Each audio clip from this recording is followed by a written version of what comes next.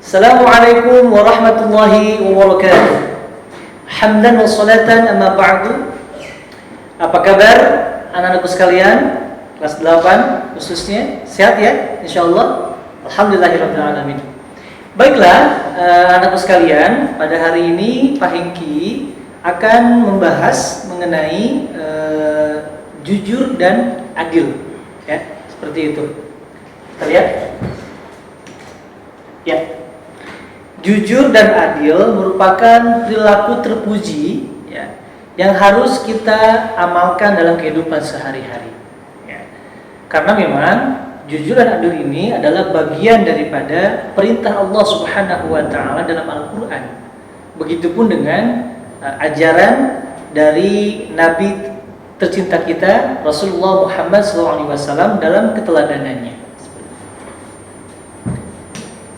Ya, baiklah. Sebelum kita melanjutkan ke materi inti, yang harus teman-teman ketahui adalah tujuan pembelajaran dari materi yang akan kita pelajari pada hari ini. Ya, jadi nanti setelah selesai belajar, maka diharapkan teman-teman yang pertama mampu memahami makna perilaku jujur dan adil ya dalam kehidupan sehari-hari. Yang kedua adalah teman-teman mampu memahami dalil nakli ya, baik itu dari Al-Qur'an, Al-Hadis atau maupun perkataan para alim ulama ya tentang jujur dan adil. Yang ketiga adalah teman-teman harus mampu menjelaskan macam-macam pembagian jujur dan adil. Yang terakhir, yang paling penting juga adalah teman-teman harus mampu menerapkan ya, perilaku terpuji ini jujur dan adil dalam kehidupan sehari-hari. Baik, seperti itu. Ya. Inilah topik pembahasan kita pada hari ini. Yang pertama adalah pengertian jujur dan adil. Yang kedua, dalil nakli tentang jujur dan adil. Yang ketiga, macam-macam jujur dan adil. Yang terakhir adalah contoh sikap jujur dan adil yang harus kita terapkan dalam kehidupan sehari-hari. Baik, lanjut saja. Ya. Yang pertama adalah apa itu jujur? Baiklah, mengenai jujur itu adalah kesesuaian ya antara ucapan dan perbuatan, bahkan hati kita, ya teman-teman sekalian. Jadi kesesuaian antara perkataan, perbuatan, bahkan hati kita masing-masing itu adalah jujur. Jadi mengatakan hal yang sebenarnya sesuai fakta, kemudian juga mengatakan apa adanya, tidak dilebih-lebihkan, tidak dikurang-kurangkan, ya, itu adalah jujur. Tapi sekali lagi jujur dari hati secara perbuatan maupun perkataan. Terkadang memang dalam kenyataannya seringkali oke lah jujur dalam perkataan, tapi terkadang memang dalam hatinya masih menggerutu, masih tidak ikhlas dan sebagainya macamnya. Baik, lawan kata jujur itu adalah dusta, bohong ya. Makanya kalau dusta ini kan ketidaksesuaian antara perkataan, perbuatan maupun hati. Ini berbahaya. Yakinlah dengan kejujuran ini akan berdampak baik ya bagi diri sendiri maupun orang lain. Seperti itu teman sekalian. Next. Kemudian ya, yang harus kita pahami bersama adalah bahwasanya jujur itu tidak hanya perilaku terpuji yang memang harus kita amalkan dalam kehidupan sehari-hari, tapi yang harus kita pahami juga adalah bahwasanya memang jujur ini adalah perintah Allah Subhanahu wa taala dalam Al-Qur'an.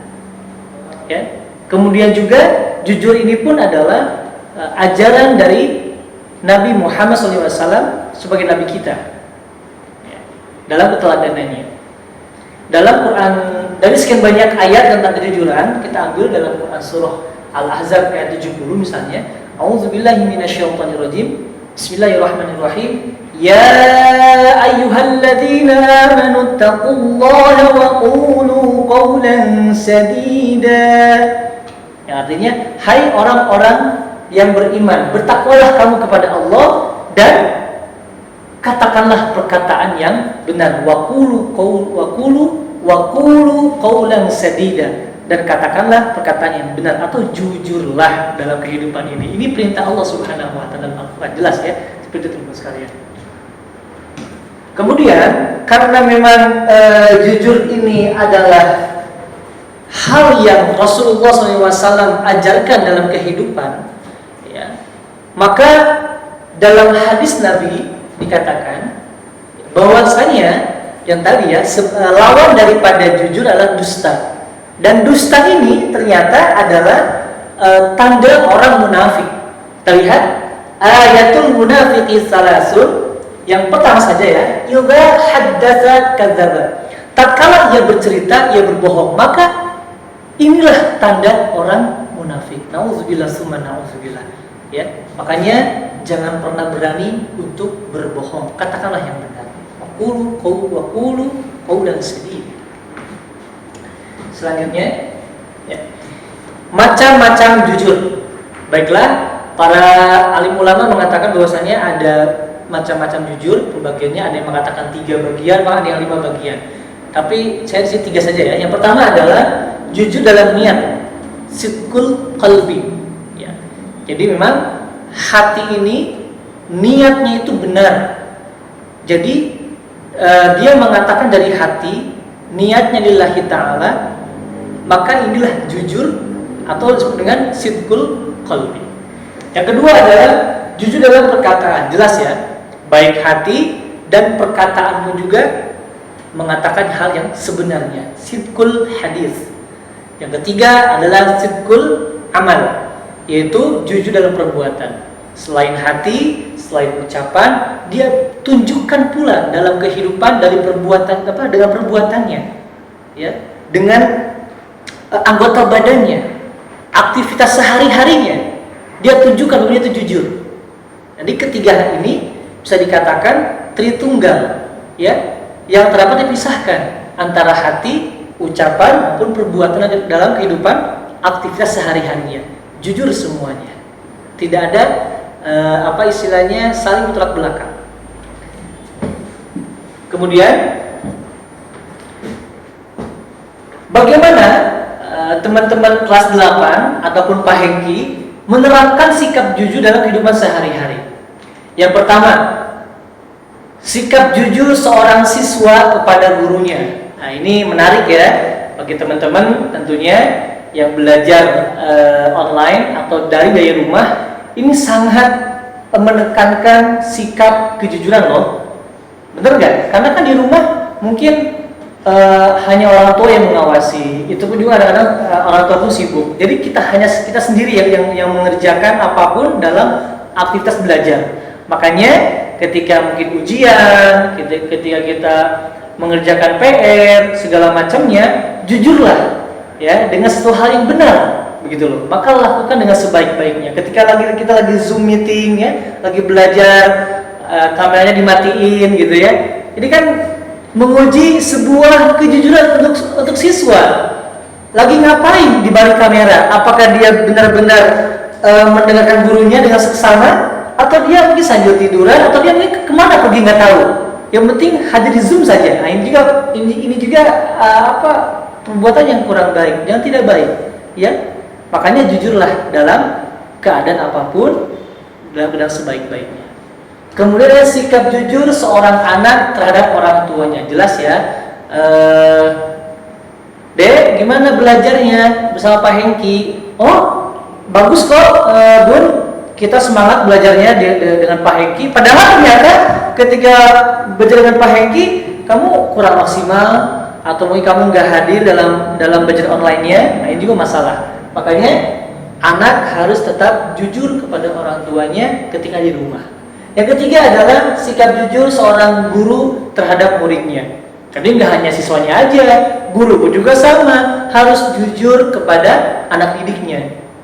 Jadi kita tuh di sini juga harus menjelaskan hal yang sebenar-benarnya, apa yang baik untuk siswanya, kan begitu ya, jujur juga. Kemudian yang keempat adalah sikap jujur seorang pedagang kepada pembelinya. Ini sering terjadi ya teman-teman ya. Jangan sampai nanti perbuatan mengurangi takaran, timbangan, atau mengatakan produk yang memang kurang baik menjadi lebih baik segala macam ya, ini juga nggak bagus. Artinya jujur juga harus ditekankan. Kemudian sikap jujur seorang dokter terhadap pasiennya. Ini contohnya seperti memang ketika seorang dokter mengatakan penyakit yang sebenarnya. Bagaimana kalau misalnya didiagnosa penyakit ini, dokter berbohong biar penyakit B, kasihan dong. Dan ini kan mempengaruhi nyawa seseorang. Makanya jujur ini penting sekali dalam setiap sektor, begitu ya. Dan masih banyak yang lain contohnya. Oke teman-teman, inilah penjelasan dari Pak Hengki tentang sikap jujur. Nanti kita akan bahas lagi di kesempatan berikutnya. Kita akan bahas mengenai sikap adil. Oke, terima kasih. Assalamualaikum warahmatullahi wabarakatuh.